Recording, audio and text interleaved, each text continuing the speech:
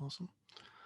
All right. Well, we got some people in the call here. So thanks for doing this, Tim. Yeah. Hey everyone. I'm Chris Russell from HR Lancers, and this is one of our monthly hangouts that we have with industry pros like Tim here, talking about HR consulting and everything goes along with that. So let's start out with just kind of intros for everyone on the call. I'd like to see who's on the call and tell us where you're from, what kind of consulting you do as well. So why don't we start with you, Glenn? I think is this your first time on the show? Yes, it is. My background is expatriate management. I actually haven't done any consulting yet. Just been focused on that for the past 13 years, and I'm based here in Scottsdale, Arizona. Scottsdale, okay. Sarah Fox, where are you from? What do you do? Besides being on mute. Oh, got you on mute. Sorry, long day. Also not in Zoom that frequently, so forgot where the mute button is. I'm from Northern Michigan, typically live right outside of Detroit, but I actually just relocated to Chicago. I work in a shared service HR consulting organization, but hopefully looking into maybe more personal consulting in the future. Still working for Rock? Yes, yep. I love the Rock team. It's awesome. All right, thanks, Sarah. Appreciate that. Tracy Tran. Yeah, Tracy here. Here, still living in Fairfax, Virginia, in the DC metro area, and yeah, I'm the sourcer for the HR source. I've been there for almost 5 years now. So Awesome. Thanks for joining us. Hey, Trace. How about Robin Harpe? Want to say hello? Okay, I think I'm unmuted. I'm not sure. Hi guys, We can hear you. almost done here. The first Zoom call I've actually done.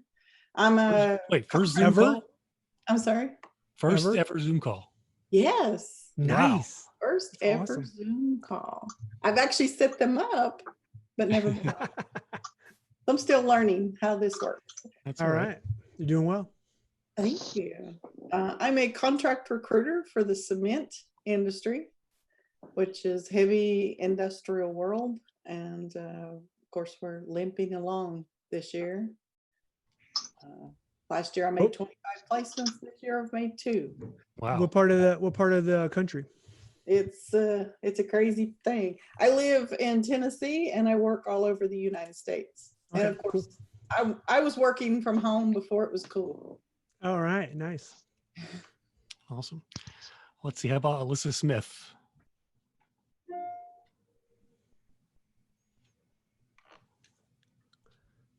People are leaving as you're making them like introduce themselves. How about Dea? You want to say hello?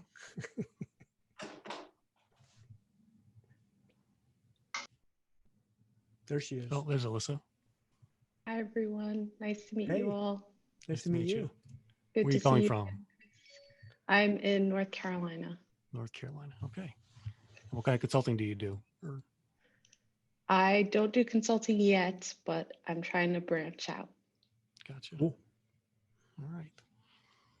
We can see you. Can Well, you it's hear good me to- now? Yes, we can hear you now. This always happens with my Zoom. I don't know I forgot the last lady's name that said it's her first Zoom. Lucky you. Yeah.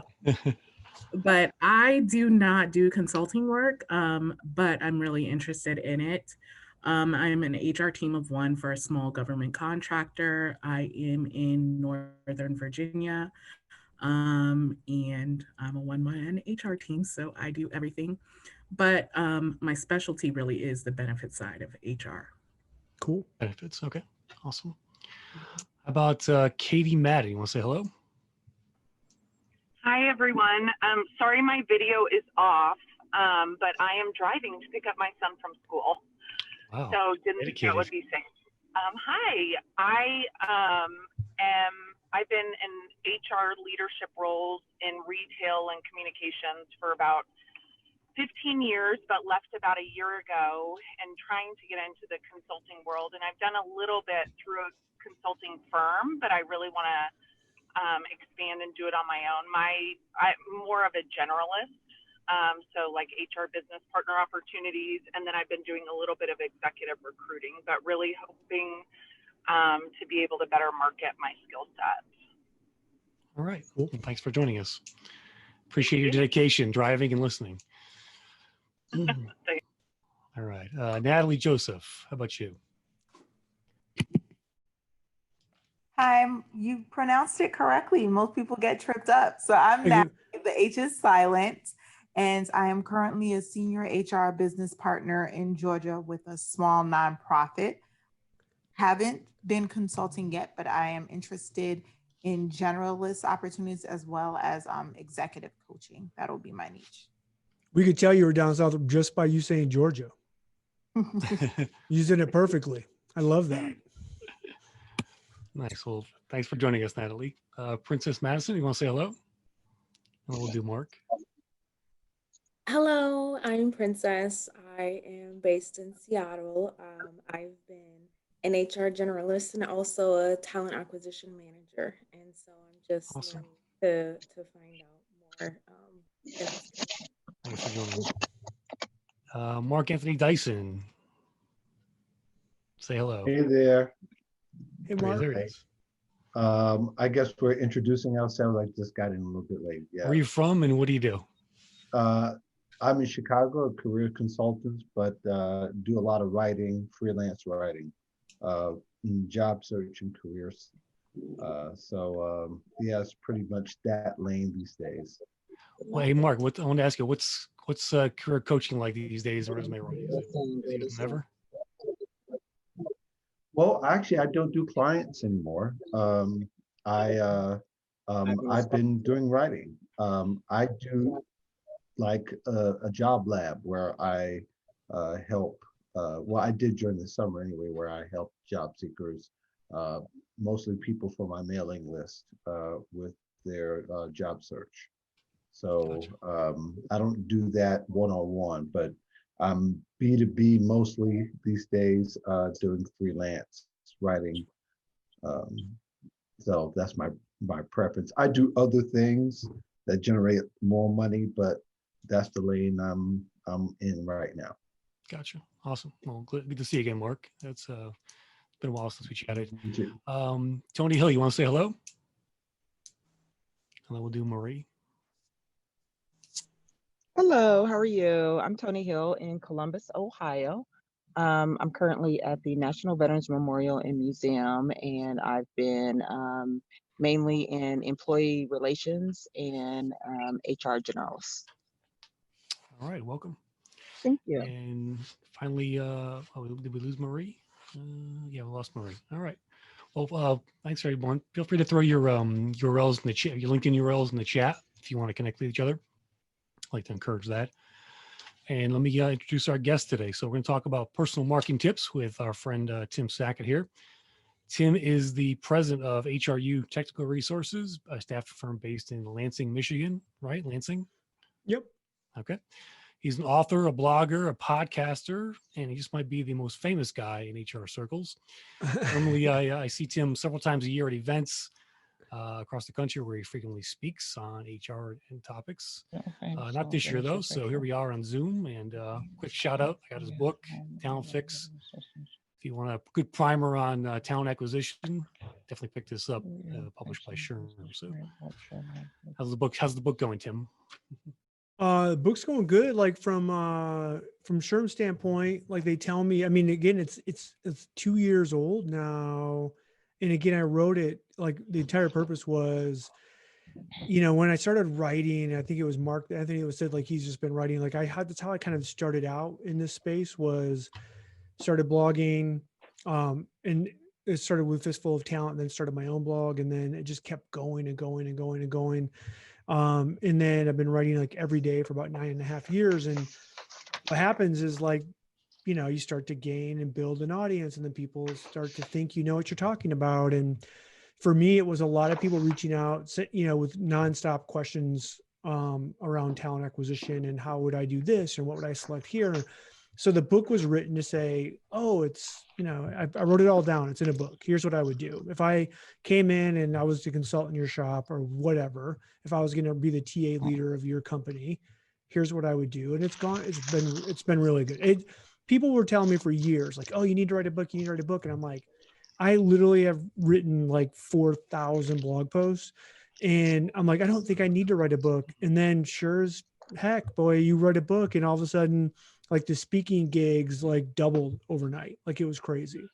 So turns out, I think people, for whatever reason, they think you know more than you know if you write a book. So yeah, it's true. I mean, they do give you a little more respect around that at times.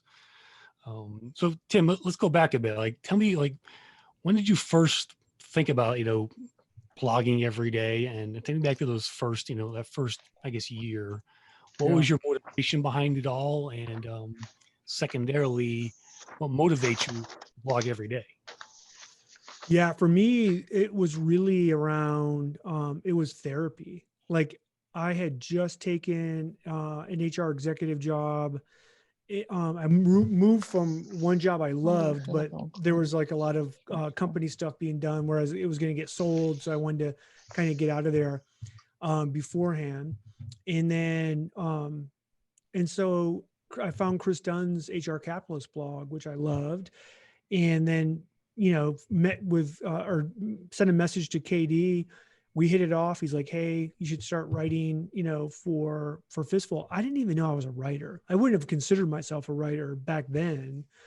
I was just making fun of the crazy stuff we do in HR and recruiting and benefits and all parts of, what we do.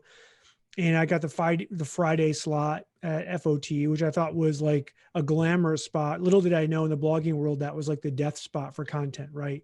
You don't want to have the Friday content because the weekend kills the content. And then Monday, the content machine starts up again and there's new content on Monday. And so I didn't have all week, but KD, I was new and he gave me the Friday spot and I did it.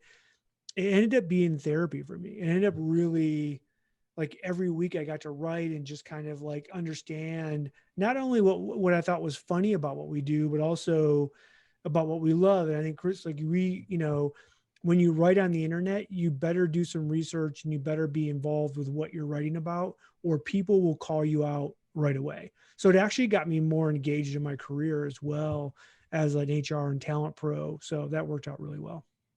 So you were still working for another company at the time you started blogging? Yeah. I was working for a large health system in Michigan. So was that an issue with them? Did you do it kind of anonymously, or? Health systems are notoriously backwards in terms of what they do and how they do. In my mind at the time, this was a decade ago, I'm like, no one's ever going to find me writing on a blog, especially the HR team I was with, because, they weren't very dynamic. And so I really had no worries. Plus I made a decision not to write about them at all. Right. I had plenty of stuff I could write about within the HR space, let alone writing about my own job, working for a healthcare system. So,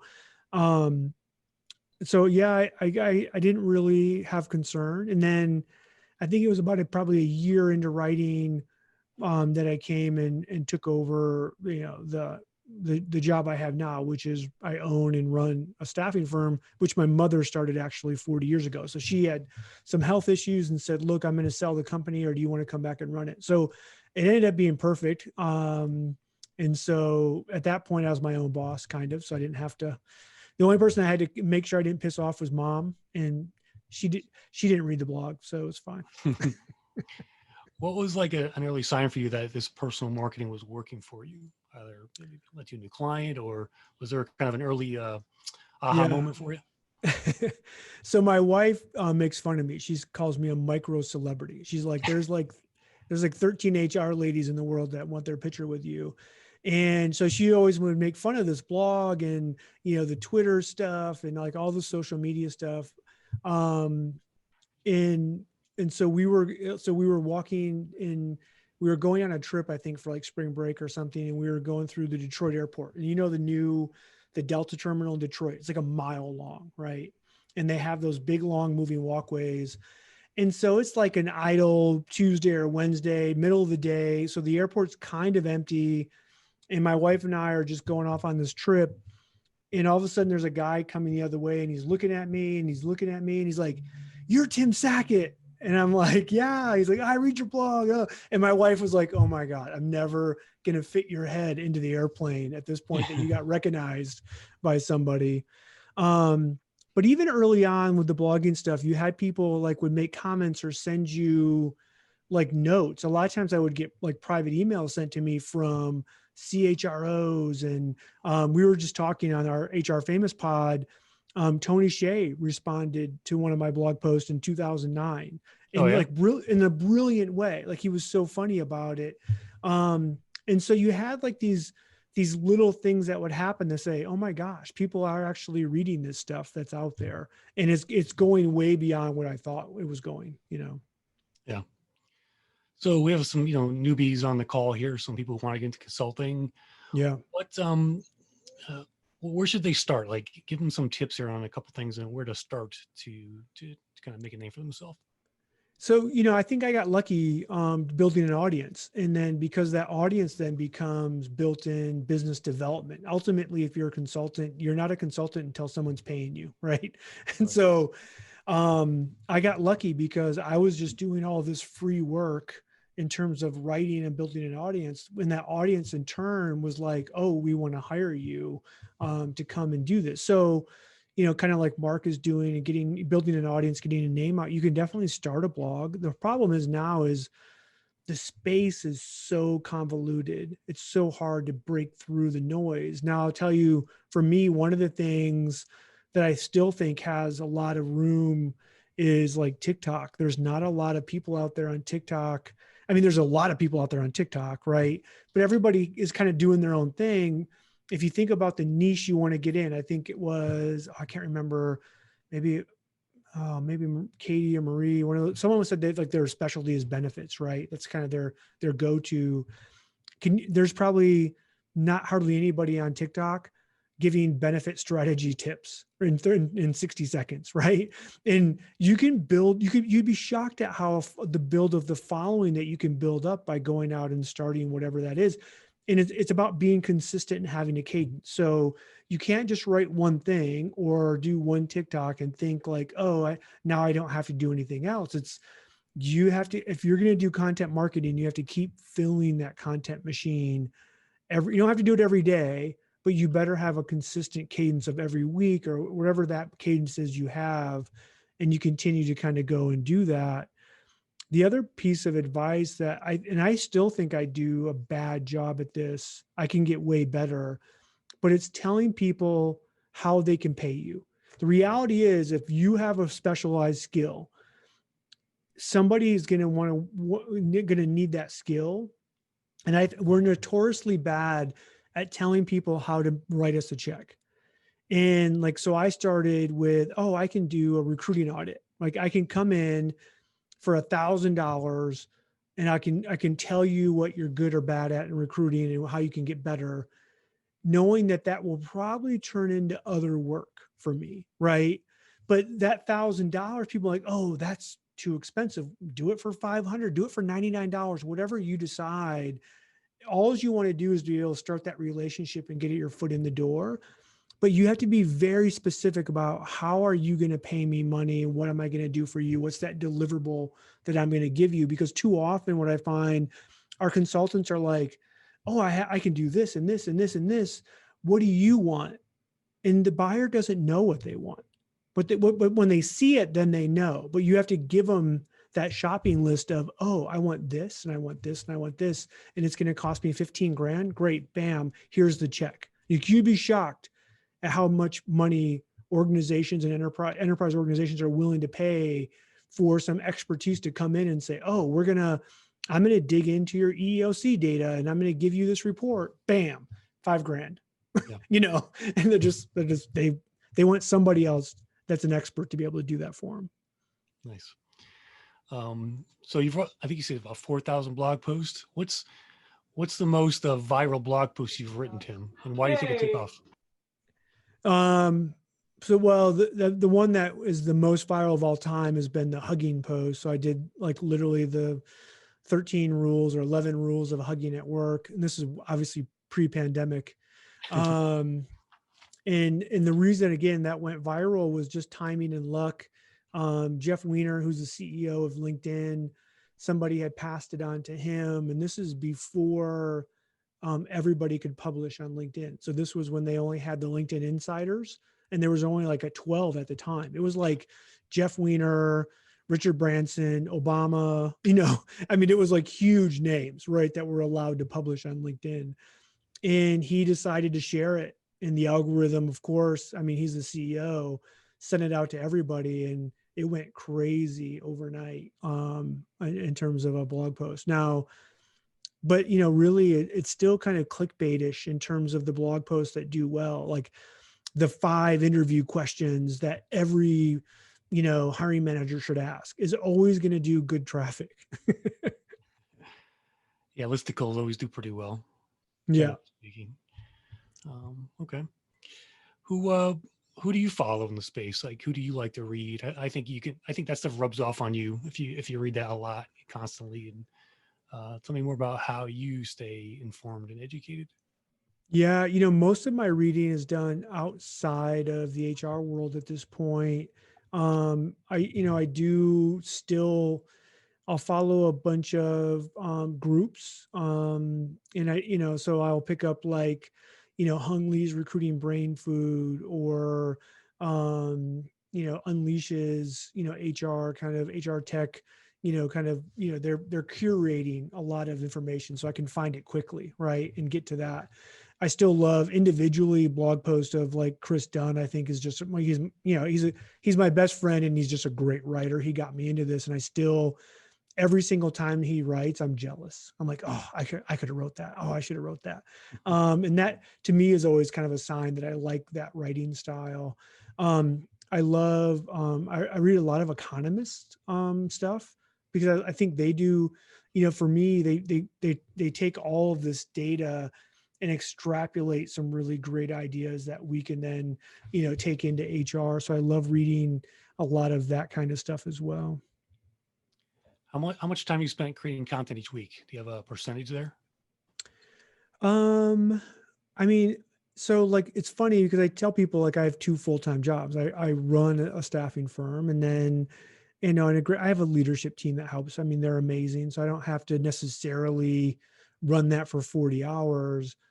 But then the whole kind of other side of the world, which is this kind of consultant, thought leader, influencer, blah, blah, blah, I would say, is equal parts in a lot of aspects. But in terms of just content creation, it might be 3 or 4 hours a week. Now, I'm a very fast writer. You can give me an idea right now, Chris, and within 10 minutes, I could send you an email of a 500-word blog post of whatever idea you gave me. Wouldn't matter what the idea was. I would figure out some way to write about it. Now, I didn't know I had that skill until I started writing all the time. Most people, they'll say, oh, I want to be a blog writer too.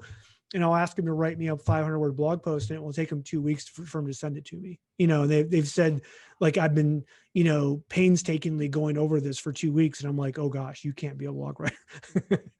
Yeah. Nice. So I got to give you some props on HR Famous podcast. Love it every Sunday. I listen to Sunday Papers with Craig Fitzsimmons. He's a comedian. And I listen to HR Famous after that. It's always one of my favorites. Just talk about that, and what do you guys do on there? So yeah, I think we're up to like 40 episodes now. We do one a week. What it was, Katie and I are Gen Xers. Jay Lee's a millennial. Jessica Lee is the other person on our podcast besides Chris Dunn. And we would have these text streams, conversations. And we were just like, holy crap, like this should be a blog post itself. Or if people could just overhear our conversations that we have, right, on a Zoom call or whatever. And that's what it was. It was literally 3 kind of HR talent pros talking shop. And you get a flavor of this is exactly the conversations these people would have sitting at dinner or, sitting at lunch together. And so there's kind of that voyeur aspect of listening. Like I even find myself listening to it and smiling and laughing, not at myself, but just at the nature of the conversation we're having. It's a little, inside baseball or teacher loungy, right? Like, HR people have their own kind of way to talk to each other and talk with each other that they wouldn't, if a normal employee walks in, we all of a sudden become mom and dad, right? We put those walls up and we like, all of a sudden now we have to be professional. I was a teacher early in my career. I was an elementary school teacher, and I was shocked when I went into the teacher's lounge at how these teachers talked about kids. I mean, now again, these are teachers who love children. They dedicated their life to teaching kids. But when you got in the teacher's lounge, it was, like everything, all the gloves came off. Like they would talk about kids in ways that parents would literally they would not even believe. So I always thought HR was very similar in that aspect. So we wanted to try to create a podcast that allowed our friendship just to be a friendship, and then talk about, hey, let's talk about some HR topics. Yeah, no, definitely put it on your list if you do listen to podcasts. And I think podcasts are a great personal marketing tool as well, right? For sure. From that like, yeah, you were talking about who I read, but I love Scott Galloway. He's a marketing professor at NYU, brilliant writer, brilliant podcast person, bigger than life personality, professor. And again, he just challenges me to think about things way differently, Yeah. One other suggestion too, if you're interested in marketing stuff, there's a podcast called The Marketing School with Neil Patel and Eric Shute. They do an episode a day. It's like a 6-minute episode with one tip in there. It could be about blogging or SEO or podcasting, whatever it is. Well, I've learned a ton on there as a marketer. That's a great one to check out. So it's called The Marketing School out there. But awesome, Tim. Well, a little bit deeper question here, but COVID-19. Yep. What kind of a lasting effect is this going to have on HR going forward, do you think?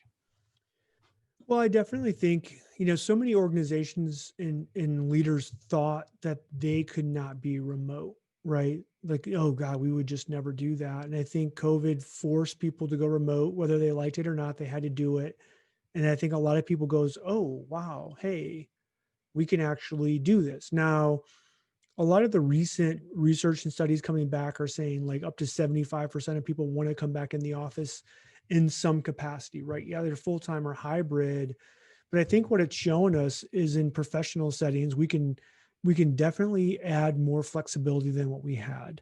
And we can still expect people to get, work done and be very productive. My biggest fear is that as people decide to take on, more and more remote work, we know that it's hard to change leader behavior. And so when you talk about pay equity, you talk about promotions, the people that are going to be around the leader more, the people that interact with a leader more are always going to have that advantage for those promotions, for higher pay, for whatever that might be. And if we know something like a pandemic, women are going to be forced in remote roles more because men aren't, as good at child rearers or whatever that might be. We see pay equity then becoming even a more of an issue than it already is, because they're less likely to go get the promotions they deserve just because they won't have as deep of a relationship potentially. Now, what as HR then that forces us to go, hey, how do we dig in and help HR comms, help culture, help all these different things in a remote way for our leaders to understand, hey, just because you're seeing Timmy every day because his office is down the hall from you and you guys run into each other in the bathroom and in the break room, doesn't mean that Mary, who's working at home and doesn't see you as much, isn't as great a performer or a better performer. And you need to figure out ways to spend more time with her in a real meaningful way to make sure that when it comes time to make a promotion decision, it's not out of convenience, but it's out of performance, right? I think that's in my mind, it's a real fear that HR leaders should be thinking about, because I don't think we're going to go back the way we were. I think we're going to add much more flexibility. We're going to have people that take on hybrid roles or full remote roles, and we're going to miss out on talent if we don't figure out ways to make those connections. Yep. Let's open up to the audience. Questions for Tim. Who's got one? Here's your chance. Anyone? Bueller? Hi, this is Nathalie. Yeah. Okay, Natalie. My question is, and I feel like some people may also feel this way too, but I'm an introvert. So how do I market myself if I'm an introvert? And I am nervous about speaking, going on Zoom calls, or even putting things out there to start attracting clientele. What advice do you have for introverted people or people who are just getting started? Yeah. So, I mean, and that's not abnormal for consultants, Natalie, to be introverted. I know some of the best consultants I know have an introverted personality. But what they've done is usually work with somebody that's a marketing professional or a PR professional to develop this persona of who they are and what they can do. And that includes an online presence, that includes, a website, that includes, all of those things. Again, it's an investment, but if you really want a successful consulting career, then you're going to have to make some of those investments. And I think there's a lot of also marketing professionals out there that are very young, just graduating, that are just trying to get things on their resume. My son is a great example. He just graduated U of M as a marketing professional, and he was struggling in the pandemic to get a job. I mean, they had obviously a lot of kids with marketing degrees trying to get jobs. And so he took on the role of being the producer for our podcast. He started writing for blog posts. He started doing different things. And then, he was able to get a job with BuzzFeed, which is obviously a great job, a great brand.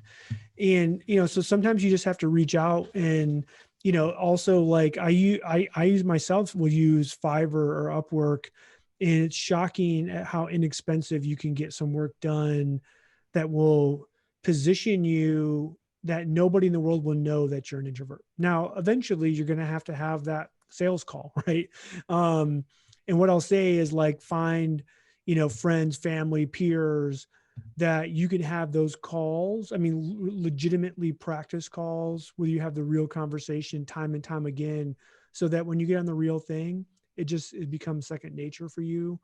But again, if you have the right collateral, if you have the right presence, the right marketing site set up that tells people how they can pay you, and then and someone's helping you promote that out, you'll find individuals that will want to pay you for your services.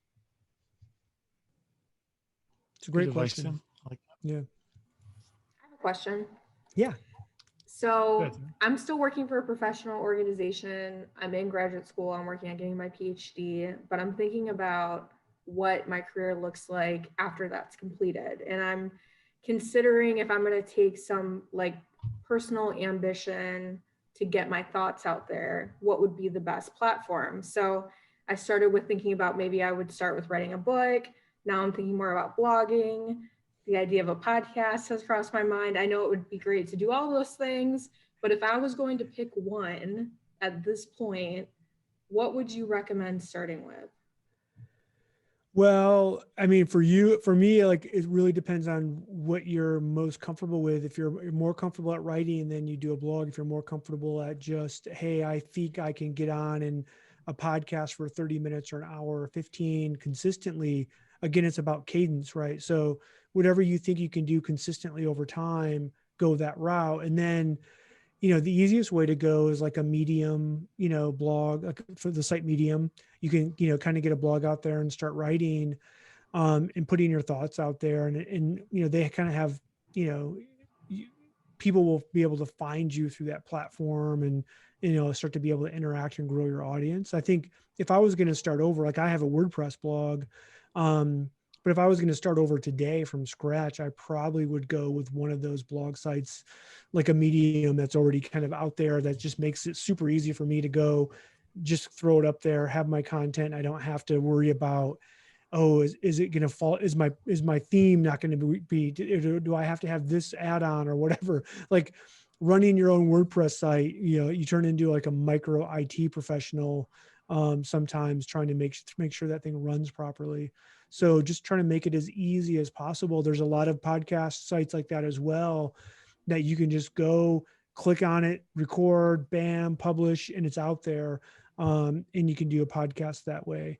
I think once you start to do some of that, it was funny. I just went back and looked at a blog post I wrote in 2009.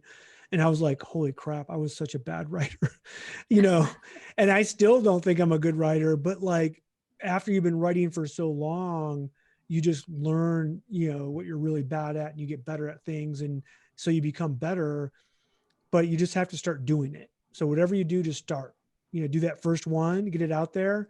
And, and a great one is just like, hello world, like this is what I am and who I am and what I want to do. And then go from there. And usually it starts to flow out of people once they start.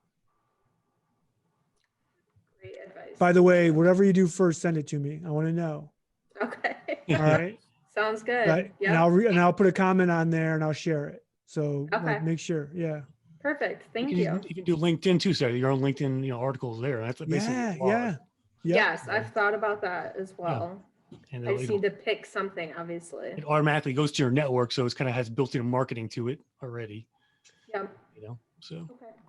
Thank you. Mark, you got a question? Yes, sir. My problem is, well, probably by the question, is there such a thing as overexposure? I mean,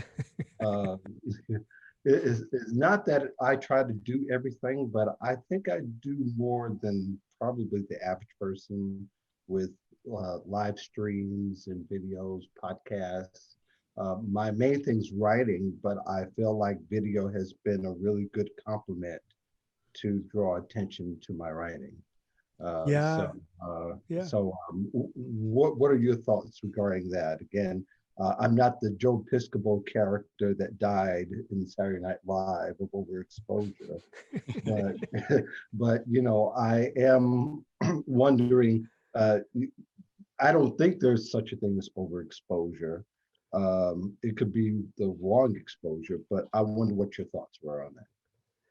Yeah, Mark, like you, I tend to try everything. Like I was one of the, LinkedIn reached out to me early on for LinkedIn Live and try this and I try, and Chris is this way too. We get asked to try a lot of stuff early on just to see if it's going to have legs and how it works. And so I think people understand that in today's world that you can do.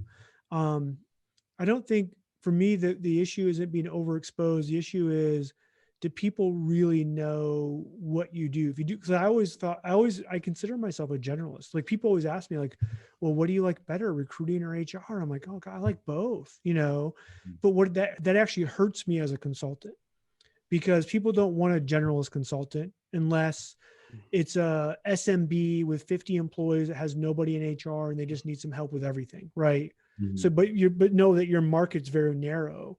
In terms of pay, especially because they're probably less likely to pay you a lot. Mm-hmm. And if I become a specialist, if I came out and said, hey, my specialty is writing, or directing video-based job descriptions for IT professionals, I'm much more likely to land a bunch of gigs for companies that say, oh gosh, yeah, we're struggling to hire IT and we need your help with this. And let's start doing this stuff. And that's a very narrow thing, right? But people would go, oh gosh, yeah, that's our issue. We need that. If I said, oh, I can help you with anything in recruiting, they're going to look at you like, yeah, okay, yeah, but I don't know what our real problem is, Mm-hmm. And so it's the overexposure piece. The worry I have is that people don't know what you really do. Or if it's just like, oh, nope, I'm very consistent and I'm everywhere, then, hey, great. I just think that's good marketing at that point. Yeah, I think I've been pretty streamlined and very specific in my niche. Like I said, I write mostly about job search, career, workplace related, and nothing else. I had offers to write other stuff like for marketing and things like that. And I poo-pooed it, so to speak, but I found that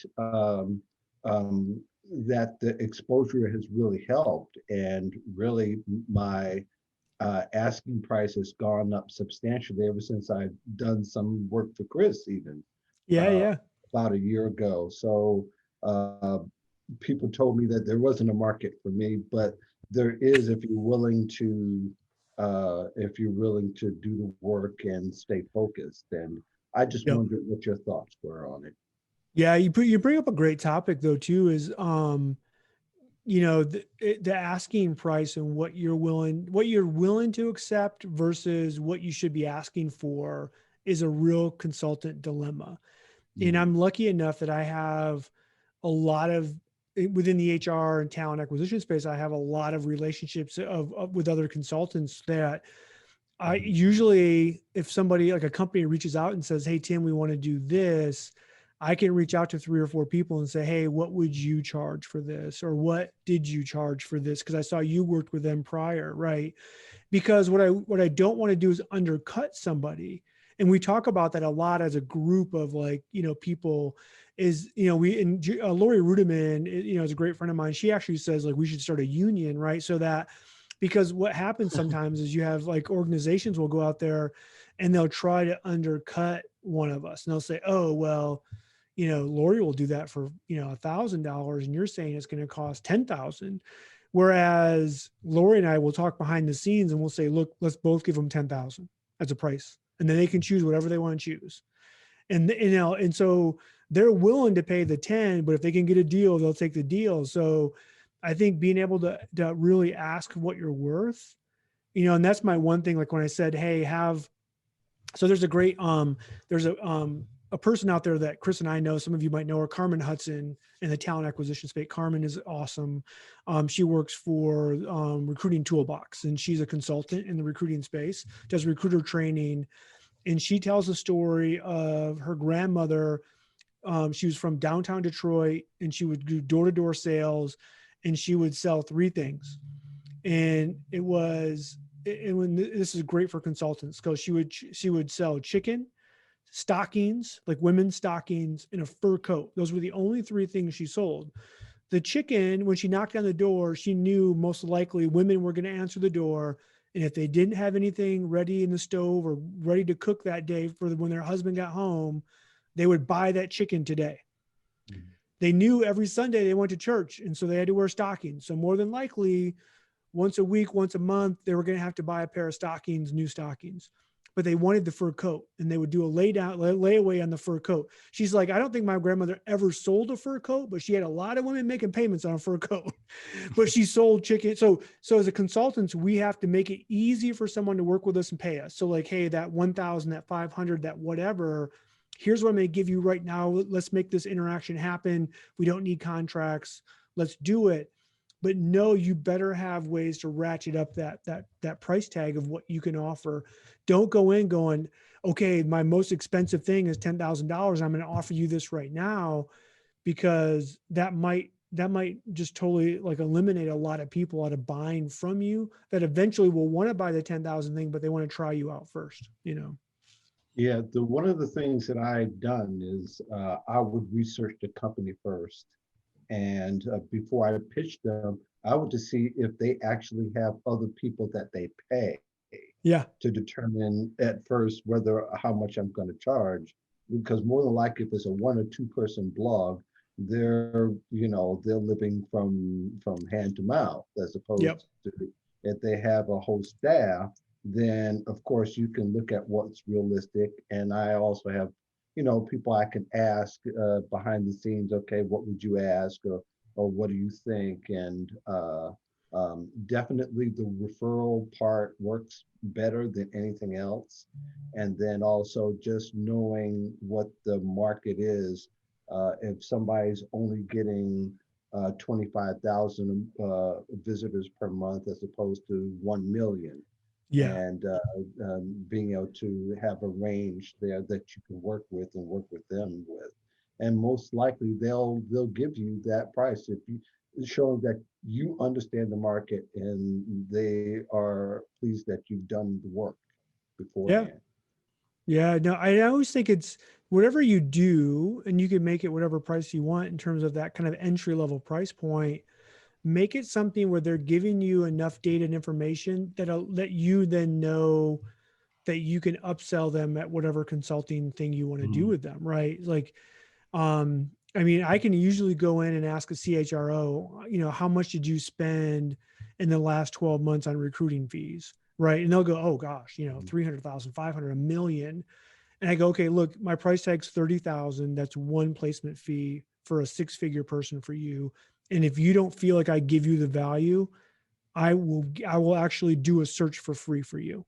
Now, it's a win-win for me. They just prepaid for a search, or they think I gave them enough value. Either way, I got $30,000, right?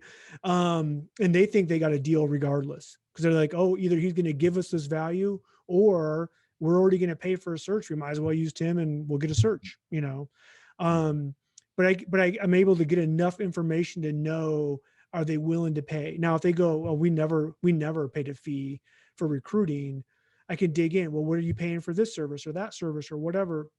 And you kind of start to feel out, again, like what kind of budget money do they have to play with for consulting services, or what kind of consulting services have you hired before, right? Is a great question to ask as well, to understand, like, are they even in the ballpark of what they really want, or are they just fishing for free information, Yeah, well, thanks a lot, Tim. And by the Thanks, way, Mark. not that I'm name dropping, but I just talked with Lori's people to get her on the live stream podcast for Oh, cool. a couple of weeks ago. So He's a great friend, great person. Yeah, I can't wait to see her new book. Like her stuff. Thanks, Tim. Mark, I had a couple other thoughts on overexposure too. I was thinking about it as we were talking, which is that I don't worry too much about overexposure these days, because number one, it's hard to get exposure because it's so noisy out there. Yes. Right. So if you can spread that blog post, in multiple places, you can do that. Put it on LinkedIn, put it on Medium, put it on Facebook. You can blog on all those platforms. Do that. I mean, I think just more exposure for your work overall is a good thing. And you can repurpose that content too. You can turn it into a video or audio podcast too, with that blog post, for instance. Hey, so by the way, Chris, don't even even the blog posts themselves or a podcast. Like, I run probably every 10th blog post I run is one I already I wrote like a year ago, 2 years ago, 5 years ago. Yeah. Every single time I rerun a post, it gets more traffic than the first time. And so people, if you have again, the 5 interview questions that I ask every candidate, if I run that 5 different times over a 3-year period, every single time I run it, it'll get more traffic. And you're like, wait a minute, doesn't your audience know? Well, they do, but also they forgot about it already. They forgot about it, or they just, I write every day, so they didn't read that one, or, oh, I remember that, now it clicks, and they want to send it to somebody because that day or that week, they had a hiring manager that was struggling with an interview. Like, you never know why, right? That they wanted that content works, but it does. Like, if you write good content, you don't have to keep writing good content. Make sure you repurpose it.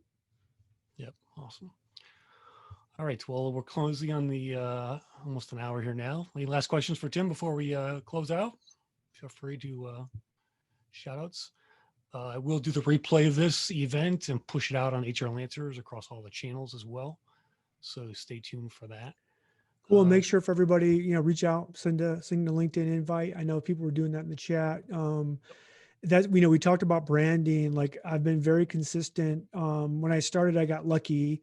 Again, I think like Chris Dunn did HR Capitalist, Lori Rubin did Punk Rock HR and every version. And I just did Tim Sackett, and I did Tim Sackett on my blog. I did Tim Sackett on my Twitter, on my every social media. And I've been pretty clear to say, if somebody can't find me, the Google, definitely makes it super easy. There's only one other Tim Sackett, which is like a truck driver chaplain out of Minneapolis. And I'm not him. I think I stole all his SEO at this point. So it's very hard, so think about that when you start coming up with your consulting firm name and all of this. Think about how easy it is. Are you making somebody find you? I don't have someone try to remember what was Tim's company's name? No, it's just Tim Sackett. Nice. Awesome. Well, Tim, appreciate your time today. Good to see you, my friend. Good to see you. Wish it was in person, but hopefully at some point next year we can get back to that and share a drink. Yep, I hope so as well. And thanks for everybody the questions and just being here. You guys are awesome to take this step and try to further your career. So appreciate it. All right, everyone, that's it for today. We'll see you next year, I guess. It's 2021 almost, so appreciate you tuning in. For Tim Sackett, I'm Chris Russell, HR Lancers, everyone. See you later. Bye-bye.